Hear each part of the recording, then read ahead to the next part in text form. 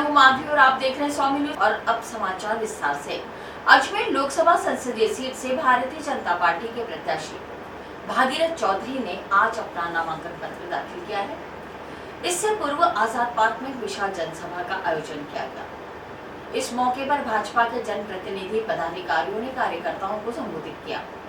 संबोधन के दौरान ही भाजपा प्रत्याशी भागीरथ चौधरी ने जिला कलेक्ट्रेट कार्यालय पहुंचकर जिला निर्वाचन अधिकारी के समक्ष नामांकन पत्र दाखिल किया।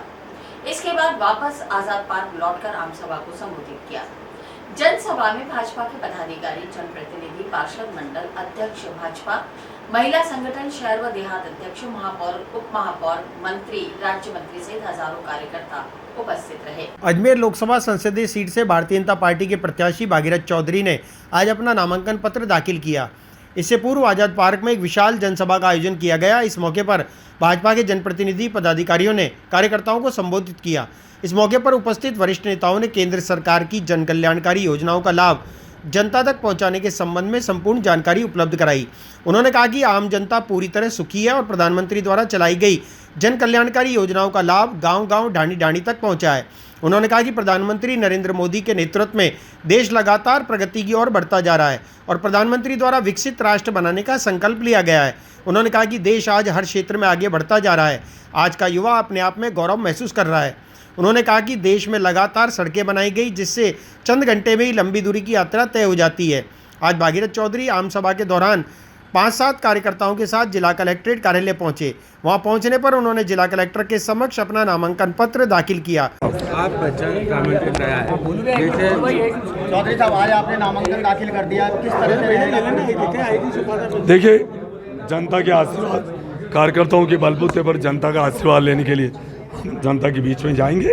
और आज इस देश की आम जनता को भरोसा है हमारे देश के प्रधानमंत्री नरेंद्र भाई मोदी जी पर और हमारे प्रदेश के मुख्यमंत्री भजन लाल जी शर्मा पर कि आज जो जन कल्याणकारी काम किए 3 महीने में राजस्थान सरकार ने जो काम किए, भजन लाल जी की सरकार ने, चाहे मैं कह रहा हूँ ERC की बात हो, चाहे डीजल और पेट्रोल के दाम घटाने की बात हो, चाहे किसान सम्मान निधि में 2000 रुपये बढ़ाने की बात हो, चाहे जो नौजवान पिछली कांग्रेस की सरकार में नौजवान बर्बाद हो गया था पेपर लीक की वजह से, उन पेपर लीक करने वालों को जेल के शिकंजों में डाला है और ऐसा इंतजाम किया कि आइंदा से कोई पेपर लीक नहीं कर पाएंगे और नौजवान यहाँ का आगे बढ़ेगा। तो केंद्र सरकार की योजनाएं और राज्य सरकार की योजनाओं के आधार पर हमारा कार्यकर्ता और हम मिलकर जनता से आशीर्वाद लेने जाएंगे। जनता का भरपूर आशीर्वाद हमें मिल रहा है और अब की बार 400 पार पूरे देश में भारतीय जनता पार्टी की सीटें आने वाली है और तीसरी बार फिर प्रधानमंत्री नरेंद्र भाई मोदी जी बनेंगे। अजमेर लोकसभा की जनता और कार्यकर्ता में उत्साह है। इससे निश्चित रूप से राजस्थान के अंदर सार्वत्रिक मतों से हम अजमेर लोकसभा जीतेंगे, क्योंकि मोदी की गारंटी पे हमारे अजमेर लोकसभा के सभी मतदाताओं का भरोसा है। और जिस तरह से आप देख रहे हो कि राजस्थान और पूरे भारतवर्ष के अंदर सिर्फ जनता इंतज़ार कर रही है कि किस दिन मतदान होगा और हम मोदी जी के पक्ष में मतदान करेंगे। तो निश्चित रूप से हमारे जो भागीरथ जी चौधरी यहाँ के जो प्रत्याशी है, इनके कार्यकाल के अंदर अजमेर ज़िले के अंदर सर्वांगीण विकास का काम हुआ। चाहे पुष्कर से लेकर मेड़ता की जो रेलवे लाइन थी, वर्षों से वो लंबित पड़ी थी, माननीय भागीरथ जी के प्रयास से उसकी वित्तीय स्वीकृति जारी हुई। और अजमेर और जयपुर के बीच में आए दिन जाम लगते थे, उस पर हज़ारों करोड़ की पुलियाएँ ब्यावर तक इनके कार्यकाल में स्वीकृत हुई। और हमारा जो किशनगढ़ का एयरपोर्ट है, उसके विस्तार की योजना भी इनके कार्यकाल में बनी। हमारा अजमेर का जो रेलवे स्टेशन है, उसका आधुनिक और भव्य जीर्णोद्धार और नए आधुनिक रूप से वो नया निर्माण की शिलान्यास भी इनके कार्यकाल में हुआ। अजमेर और जयपुर और पूरे देश से कनेक्टिविटी की कई ट्रेनें इनके कार्यकाल में ही नई शुरुआत हुई। और इनके जो MP फंड है, उससे भी हमारे पूरी लोकसभा के अंदर करोड़ों रुपए के काम हुए। भारत सरकार की कई जन कल्याणकारी योजनाएं हैं जो इन्होंने धरातल पर उतारने का काम किया। लोकसभा के अंदर भी प्रखरता से अजमेर लोकसभा की उन्होंने बात रखी। हर विषय पे उन्होंने अजमेर के हक की बात करी। तो निश्चित रूप से अजमेर की जनता भारतीय जनता पार्टी के पक्ष में प्रचंड जनादेश देगी। हाँ, आज नामांकन दाखिल हुआ है और मैं ये कह सकती हूँ कि भारतीय जनता पार्टी जिस तरह से पूरे 5 साल तक लगातार संगठन की दृष्टि से हो या सरकार की दृष्टि से हो, पिछले 10 साल का कार्यकाल यदि मोदी जी का देखें तो इस देश की छवि अंतर्राष्ट्रीय स्तर पर हम गर्व के साथ महसूस कर सकते हैं कि हम भारतीय हैं। एक भारतीय जब अंतर्राष्ट्रीय स्तर पर किसी दूसरे देश की यात्रा करता है तो वो अपनी कॉलर को ऊंचा करके गर्व से कहता है मैं भारत से आया हूँ, यह है भारत में परिवर्तन, यह है नया भारत। इस नया भारत का जो नया मतदाता है वो आतुर है कि उनके यहाँ कब वोट हो और वो भारतीय जनता पार्टी के पक्ष में वोट करके पुनः मोदी सरकार को वापस दिल्ली में केंद्र में बैठाए। हम चाहे रेल की कनेक्टिविटी की बात करें, चाहे सड़कों की कनेक्टिविटी की बात करें, चाहे हवाई कनेक्टिविटी की बात करें, पूरे देश भर में सड़कों का जाल बिछा है। भारतमाला प्रोजेक्ट से पूरे देश को जोड़ने का काम किया। हमारे यहाँ भी अजमेर से जयपुर तक के जितने हमारा ओवरब्रिज है वो काम हो रहा है ना।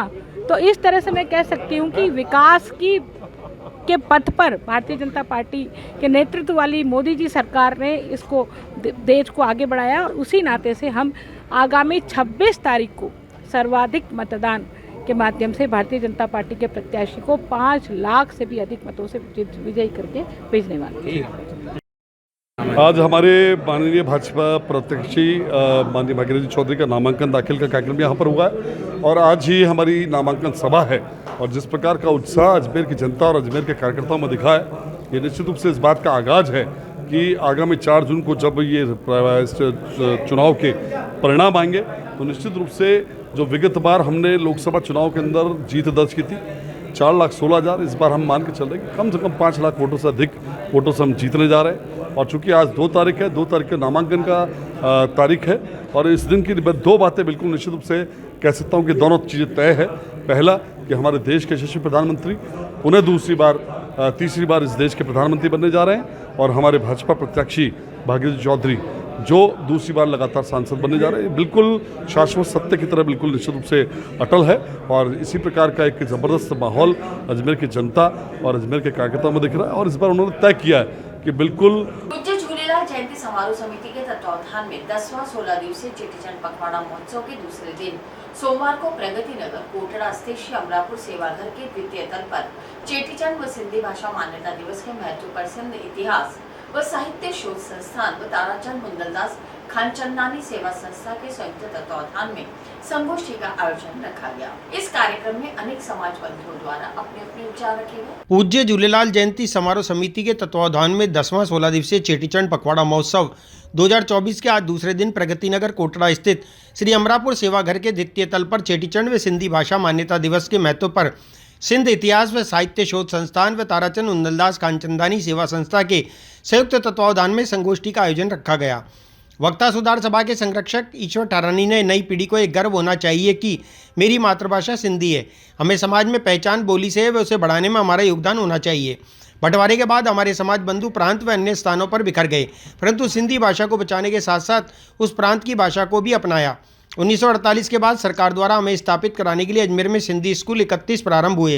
राजनीतिक व सामाजिक के प्रयत्नों की कमी व अनदेखी की वजह से ये सरकारी स्कूल धीरे धीरे समाप्त हो रहे हैं। चिंतक लेखक गिरधर तेजवानी ने कहा कि सिंधी भाषा सबसे ऊंची भाषा है, यह संस्कृत भाषा के करीब की भाषा है। वह अन्य भाषाओं को सीखने में सिंधी भाषी व्यक्ति को अधिक परेशानी का सामना नहीं करना पड़ता है। हमारी युवा पीढ़ी सिंधी भाषा के साथ साथ अन्य भाषाओं में भी अपने कीर्तिमान स्थापित कर रही है। हम आज ये संकल्प लेकर जाएं कि अपने घरों में सिंधी भाषा बोलेंगे। शिक्षाविद राधाकृष्ण मोटवानी ने कहा कि किसी भी भाषा के लिए बोली का महत्व, चुनौतियों व समाधान पर हमें कार्य करना चाहिए। नई शिक्षा नीति 2020 के अनुसार हमारे विद्यार्थियों को मातृभाषा में पढ़ने के मिलेगा, जो नींव मजबूत होगी वह हमारी भाषा को आगे ले जाने में महत्वपूर्ण भूमिका अदा करेगी। हमें अंधेरे में प्रकाश की जो किरणें देखने को मिल रही हैं, ये महत्वपूर्ण है। हमें सरकार की एजेंसियों में सामाजिक संस्थाओं को जोड़ना चाहिए जिससे युवा पीढ़ी आगे आ सके। संयोजक शंकर बदलानी ने बताया कि मंच संचालन हरिचंदानी ने किया। स्वागत भाषण व कार्यक्रम की विस्तृत जानकारी अध्यक्ष कमल प्रकाश कृष्णानी ने बताया कि हमारे लिए गर्व की बात है कि 1967 के बाद आज चेटीचंड का पावन पर्व आ रहा है, इसलिए हमें संस्कृति के साथ शिक्षा को भी बढ़ाना है। संगोष्ठी का शुभारंभ आराध्य देव झूलेलाल व स्वामी हृदयराम की मूर्ति पर माल्यार्पण व दीप प्रज्वलन कर किया गया। प्रारंभ में सिंधी श्री हनुमान चालीसा का पाठ किया गया। कार्यक्रम में डॉक्टर भरत छबलानी, लाल नाथाणी, भगवान कलवाणी, प्रकाश जेठरा, भगवान साधवानी, रमेश टिलवानी, महेश मूलचंदानी, रमेश मेघाणी, GD वृंदानी, जयप्रकाश मंगाणी, ईश्वर जेसवानी, MT वाधवानी, खुशीराम इसरानी, शंकर टिलवानी, जसवंत गणवानी, जया जगवानी व अमरापुर सेवागर के रहवासी व कार्यकर्ता उपस्थित रहे। आज मंगलवार 2 अप्रैल को आयोजित होने वाले कार्यक्रम में सायंकाल 6:30 बजे झूलेलाल जी महर राष्ट्रीय जनसेवा समिति द्वारा आयोजक कार्यक्रम प्रचंड बालाजी मंदिर housing board colony Ajay Nagar Ajmer में होगा। कार्यक्रम के संयोजक मनोज जामनानी व नानक गजवाणी होंगे। जानकारी माण्हू ताईं पहुचे। इन्हीं पूरी जो किताबूं हैं इतने जो ॾिसो पिया जो इन्हीं लाइब्रेरी में करीबन 8000 किताबूं पाण कलेक्ट थी चुकी हैं। वो अरबी भाषा में भी आए, देवनागरी भाषा में भी आए ऐं हिंदी भाषा में भी आए। मां निवेदन कंदुमि गिरधर तेजवाणी साहब के जो वरिष्ठ पत्रकार हैं, कृपया अची करे पंहिंजो स्थान ग्रहण कर। ऐं सभिनी वॾी ॻाल्हि की अॼु उन्हीं बारे में जानकारी कीअं मिले। शोध संस्थान छा पई करे? शोध संस्थान उन डॉक्यूमेंटेशन के स्कैनिंग जो कम पई करे। स्कैनिंग के अलावा उन्हीं के जो किताबूं आहिनि, जो पुस्तकूं आहिनि, जो अरबी भाषा है, जो धीरे धीरे लुप्त थी वञे। अचण वारे टाइम ते उन्हीं के युवा पीढ़ी के यदि कुछ भी कोन मिलंदो तो वो भी दिक्कत आई वेंदी। तो उन्हीं के देवनागरी में हिंदी भाषा के ट्रांसलेशन करण जो कम भी असां वटि हिते आश्रम में हले पियो। ऐं जया दीदी असां सां गॾु मौजूदु आहे। जया दीदी उन्हीं के पूरो कार्यक्रम के करे पई। इन्हीं कार्यक्रम जा संयोजक शंकर बदलानी साहब सां मैं निवेदन कंदुमि कृपया अचनि ऐं चुनौती करे मंच ते स्थान ग्रहण कनि। दादा कलवाणी साहब भी असां सां गॾु पहुची चुका आहिनि। मां दादा कलवाणी साहब खे भी निवेदन कंदुमि, दादा उन्हीं पासे भैया सां गॾु उते दादा गिरधर तेजवाणी साहब सां गॾु वेही करे तव्हां स्थान पंहिंजो ग्रहण कंदा। ऐं अॼु शिक्षा जी दृष्टि सां अहिड़ो नालो आहे जो किथे न किथे दादा असां सां गॾु संरक्षण आहिनि। सुधार सभा जा ईश्वर ठारानी साहब वो भी मुझसे अची करे मौजूद थी चुका है। अॼु इन्हीं सेमिनार में इहो ई मक़सदु आहे, इहो ई जानकारी असांजी आहे कि किथे न किथे पाण नई पीढ़ी खे ये जानकारी ॾियूं कि भाषा जो महत्व छा आहे। ऐं चेटीचंड ऐं नव संवत्सर जे बारे में भी असांखे हिते जानकारी मिलंदी। मां सभिनी खे मैडम उपस्थित सभिनी महानुभाव सां निवेदन कंदुमि अची करे साईं झूलेलाल जे से शॉल पाए करे, माला पाए करे, अगरती पाए करे, पाए करे उन्हीं कार्यक्रम के विधिवत प्रारंभ करने के लिए निवेदन करें।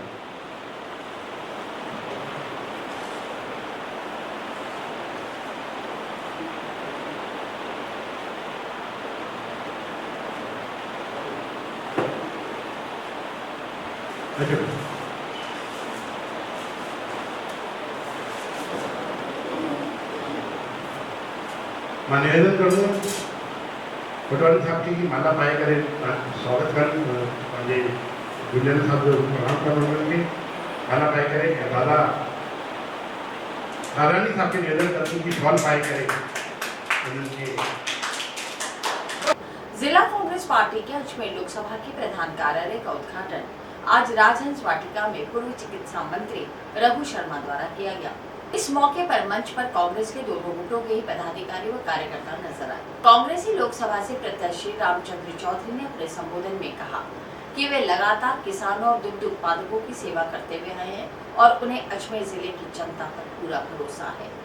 वह इस चुनाव में उनकी लाज रखते हुए उन्हें भारी बहुमत से जिताएंगे। कार्यक्रम के दौरान कांग्रेस के अनेक पदाधिकारियों, जनप्रतिनिधियों सहित सैकड़ों कार्यकर्ता उपस्थित थे। जिला कांग्रेस पार्टी के अजमेर लोकसभा के प्रधान कार्यालय का उद्घाटन आज राजहंस वाटिका में किया गया। कार्यालय का उद्घाटन पूर्व चिकित्सा मंत्री डॉक्टर रघु शर्मा के द्वारा किया गया। इस मौके पर मंच पर कांग्रेस के दोनों गुटों के ही पदाधिकारी और कार्यकर्ता नजर आए। अनेक पदाधिकारी, विधायक और पूर्व विधायक द्वारा उपस्थित कार्यकर्ताओं को संबोधित किया गया। पदाधिकारियों ने कहा कि अजमेर में सचिन पायलट सांसद रहे तभी अजमेर जिले का विकास हुआ। उसके बाद से लेकर अभी तक अजमेर को विकास के लिए पीछे रखा गया। इस मौके पर पूर्व चिकित्सा मंत्री रघु शर्मा ने भाजपा को जमकर आड़े हाथों लिया। रघु शर्मा ने कहा कि भाजपा द्वारा विपक्ष को डराया धमकाया जा रहा है और ईडी व इनकम टैक्स की कार्रवाई करवाई जा रही है। आम सभा के दौरान पूर्व विधायक डॉक्टर राजकुमार जयपाल और पूर्व आरटीडीसी अध्यक्ष धर्मेंद्र राठौर का जन्मदिन केक काटकर मनाया गया। इस मौके पर कांग्रेस के पदाधिकारी, जनप्रतिनिधि, पूर्व विधायक, शहर में देहात अध्यक्ष, पार्षद, ब्लॉक अध्यक्ष और अनेक कार्यकर्ता उपस्थित रहे। अजमेर लोकसभा के हमारे प्रत्याशी माननीय रामचंद्र चौधरी जी के चुनावी कार्यालय का शुभारंभ किया है। कांग्रेस से चुनाव लड़े हुए सारे प्रत्याशी, सारे पूर्व विधायक, हमारे चेयरमैन आरटीडीसी और जितने भी कांग्रेस पार्टी के कार्यकर्ता हैं, सब लोग आज यहाँ मौजूद थे। पार्टी एकजुटता से पूरी ताकत के साथ ये चुनाव लड़ेगी और कांग्रेस पार्टी 2018 में जो बाई इलेक्शन हमने जीता उसकी पुनरावृत्ति करेगी। किसी को ये भ्रम नहीं होना चाहिए कि डबल इंजन की सरकार है इसलिए रिजल्ट हमारे पक्ष में आएगा। जब 18 में बाई इलेक्शन हुआ था तब भी डबल इंजन की सरकार थी और ये चुनाव में भी डबल इंजन की सरकार है। असली बात यह है कि भागीरथ चौधरी जी को अगर सांसद का चुनाव लड़ना था तो फिर विधायक का चुनाव नहीं लड़ना। इसका मतलब वो खुद तय कर नहीं पा रहे हैं कि वो एमएलए के रूप में काम करना चाहते हैं या एमपी के रूप में। तो इन परिस्थितियों में पब्लिक भी समझ रही है। एक नया इतिहास अजमेर जिले में बनने जा रहा था। 36 कौम के लोग कांग्रेस पार्टी के उम्मीदवार रामचंद्र चौधरी जी को अपना आशीर्वाद देंगे, कामयाब करेंगे इनको और हम सब लोग पार्टी का निचले स्तर तक का कार्यकर्ता एकजुटता के साथ कांग्रेस को कामयाब करेंगे। आपको नजर आ रहा ना, इसलिए तो मैंने बोला ये सच बात है कि विधानसभा चुनाव में हम एकजुटता से चुनाव नहीं लड़ते। अगर हम लड़ते तो आज सरकार कांग्रेस पार्टी की होती। और आज क्योंकि कार्यकर्ता सब अब मनी मन ये उसको महसूस हो गया है कि हमने गलती कर दी, नेताओं ने सबने महसूस किया, तो पार्टी अब एकजुट हो रही है और वही संकेत है। कांग्रेस जब एकजुट होकर चुनाव लड़ी है, मनमुटाव जो है उनको दूर करने के लिए मंच से घोषणा की जाती है, मनमुटाव को दूर करने के लिए। उसके लिए क्या अलग से रणनीति बनाई है? क्योंकि देखिए इसके बाद में वापस से मनमुटाव की स्थिति हो सकती है, तो इसके लिए क्या रणनीति अलग बनाई जाएगी? किसी ने कहा क्या जी हमारे पास मनमुटाव की कोई मनमुटाव नहीं है, पार्टी एकजुट है। आपने देखा होगा यहाँ जो चुनाव लड़े हुए हैं, जिनका चुनाव में जिनको मौका नहीं मिला वो लोग भी यहाँ हैं।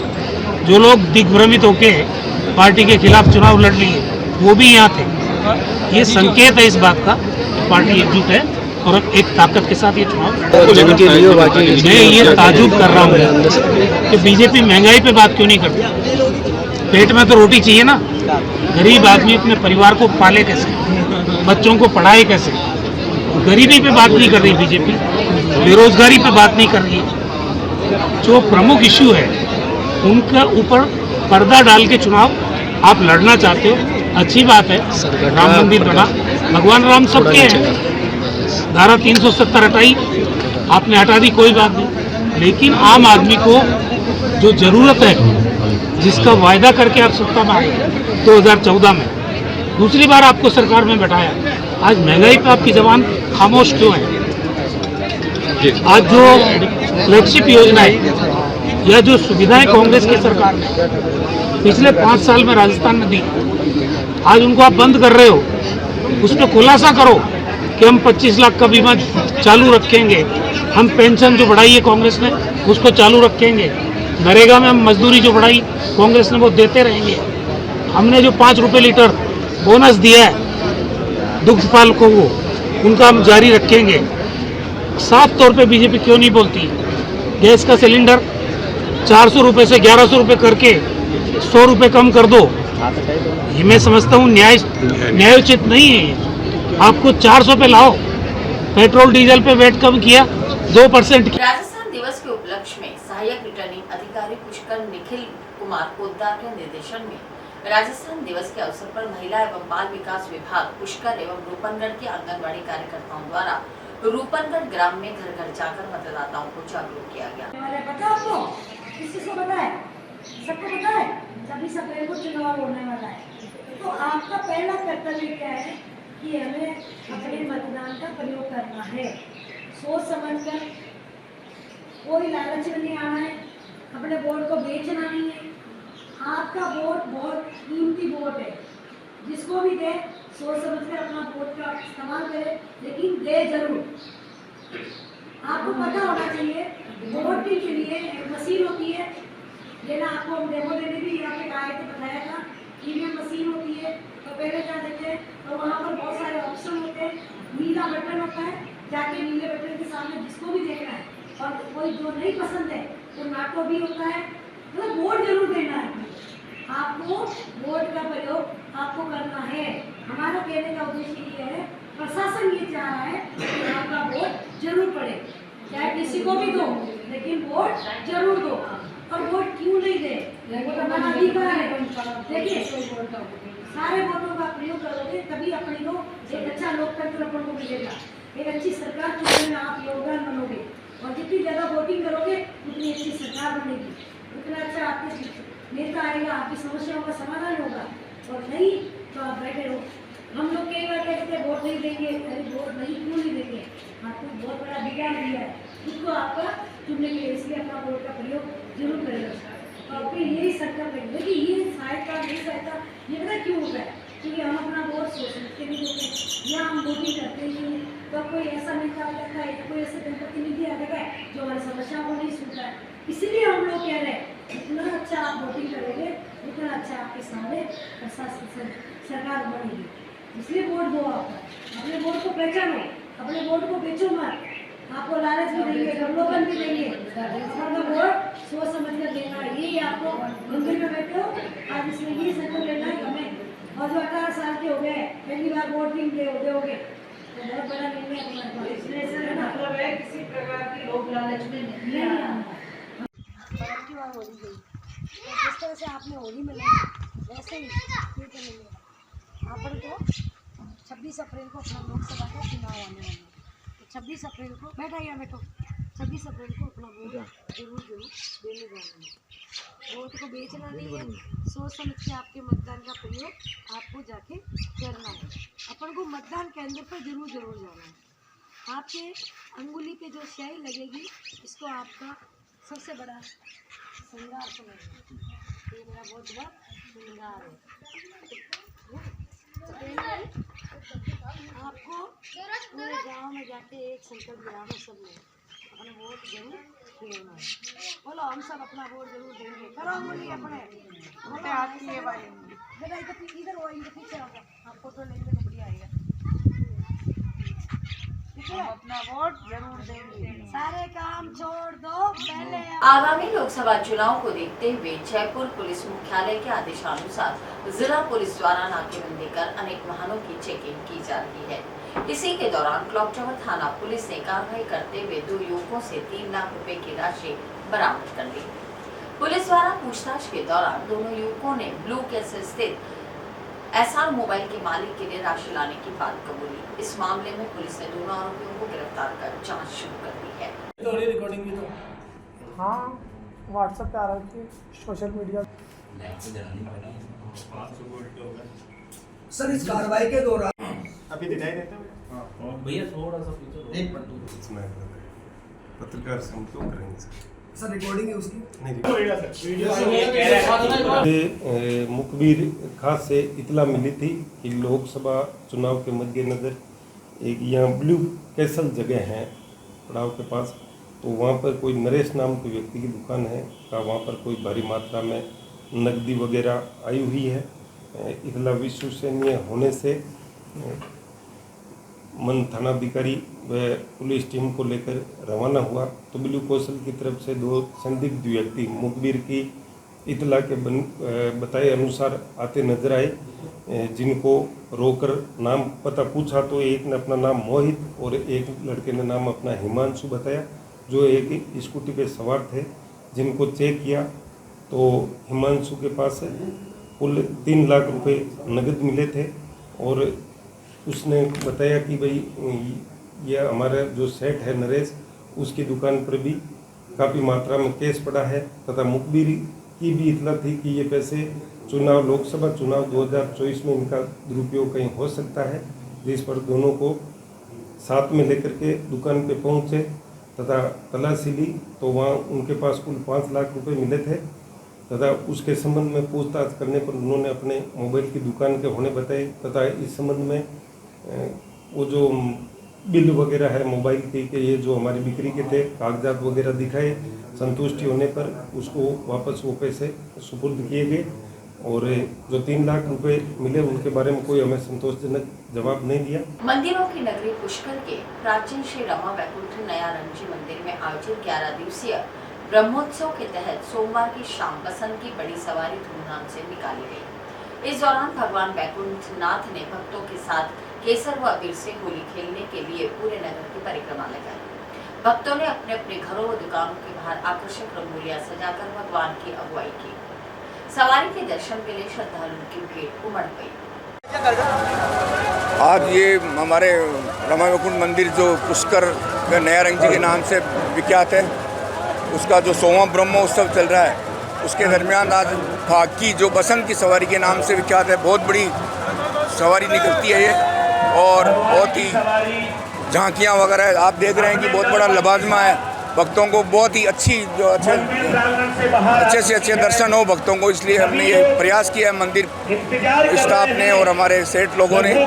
और आप देख रहे हैं कि कम से कम 6-7 तो झांकियाँ हैं अलग अलग तरह की और भगवान के कृपा से भगवान के जो श्रृंगार है, हमारे जो पुजारी लोग हैं वो साउथ द्रविड़ जो बहुत ही अच्छा स्वप्न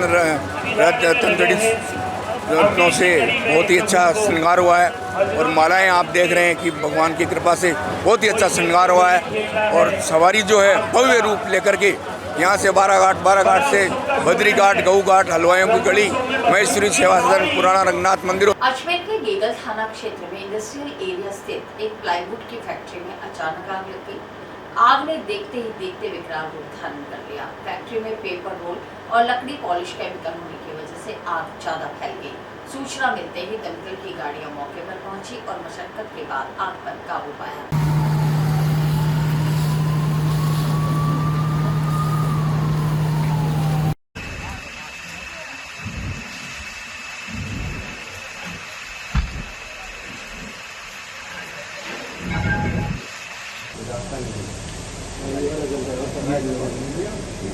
उधर से धुआं इतना आ रहा है।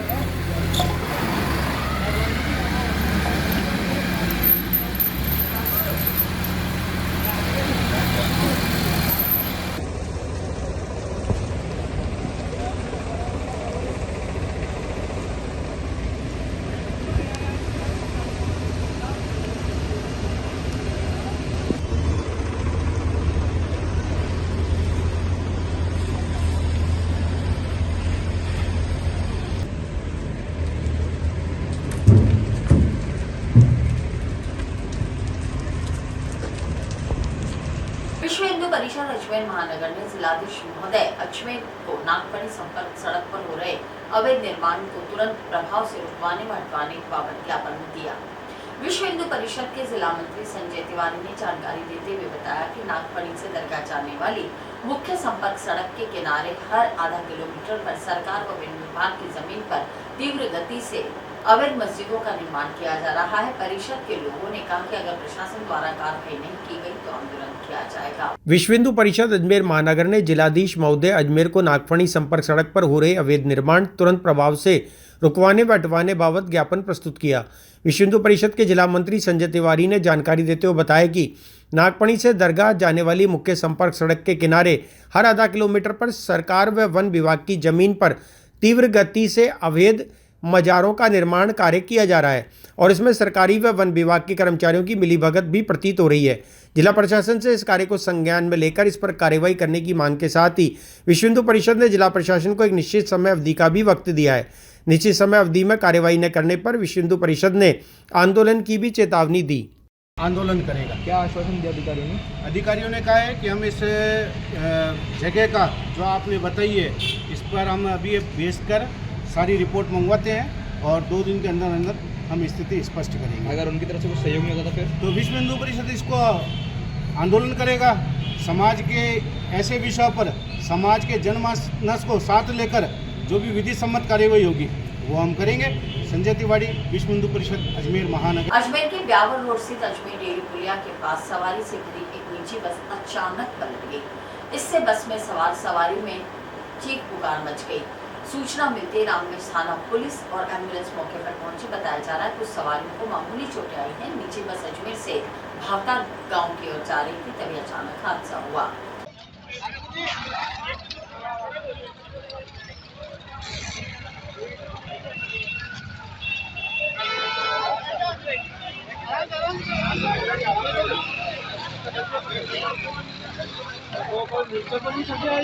और इसके साथ ही समाचार बुलेटिन समाप्त होते हैं। मुझे दीजिए इजाजत। देखते हैं स्वामी।